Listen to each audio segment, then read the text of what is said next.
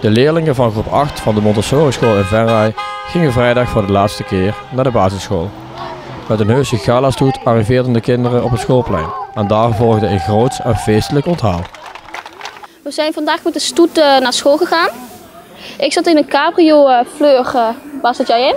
Roze limo, ja. Daar zat ik nog met andere meisjes in uit mijn klas. Met heel groep 8 van de meisjes.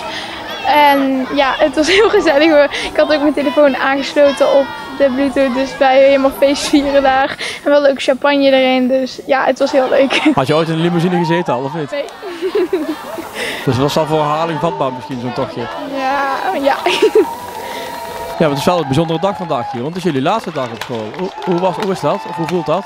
Ja, spannend ook, maar ook jee. Dan zijn we eigenlijk van Truus af. Maar Truus is toch een hele leuke juffrouw, of niet? Ja. Ieder jaar is het een bijzondere dag, de laatste schooldag. Dan gaan toch een aantal leerlingen van school die we jaren begeleid hebben. En ja, dat is van de ene kant een superleuke dag. Want ze zijn klaar allemaal om naar het voortgezet onderwijs te gaan. Van de andere kant is het ook een beetje een trieste dag. Want ja, je zult ze niet meer zo vaak zien. Ja, de kinderen werden wel groot onthaald vanochtend. Ja, ze mochten in zelfgekozen vervoer. Ze hebben het allemaal zelf geregeld. In een grote stoet door de wijk.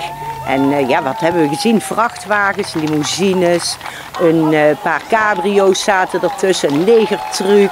Nou, van alles. Superleuk was het. Had je zelf ook een rondje willen meerijden? Ik heb even in de limousine bij de dames gezeten. Ik had nog nooit in een limousine gezeten, dus daar wou ik wel even meepikken. Maar gereden heb ik er nog niet in.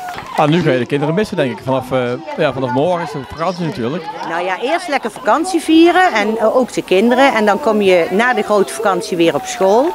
En ja, dan mis je ze. Zeker de kinderen, de 8e groepers, want die waren zo gewend hier op school. En die weten precies hoe alles gaat.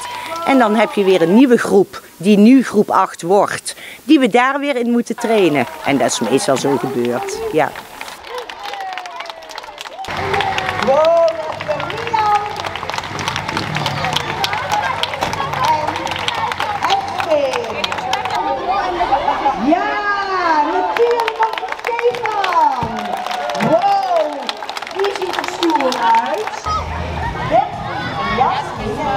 Volgend jaar, waar gaan jullie volgend jaar naartoe? Ik ga naar Agora op Rijland in Venray. Wat mag jij doen, Floor? Hetzelfde. Bijna de hele klas van groep 8 gaat ook daar naartoe, dus ja. Dus eigenlijk verandert er niet veel voor jullie volgend jaar, alleen een ander schoolgebouw. Ja.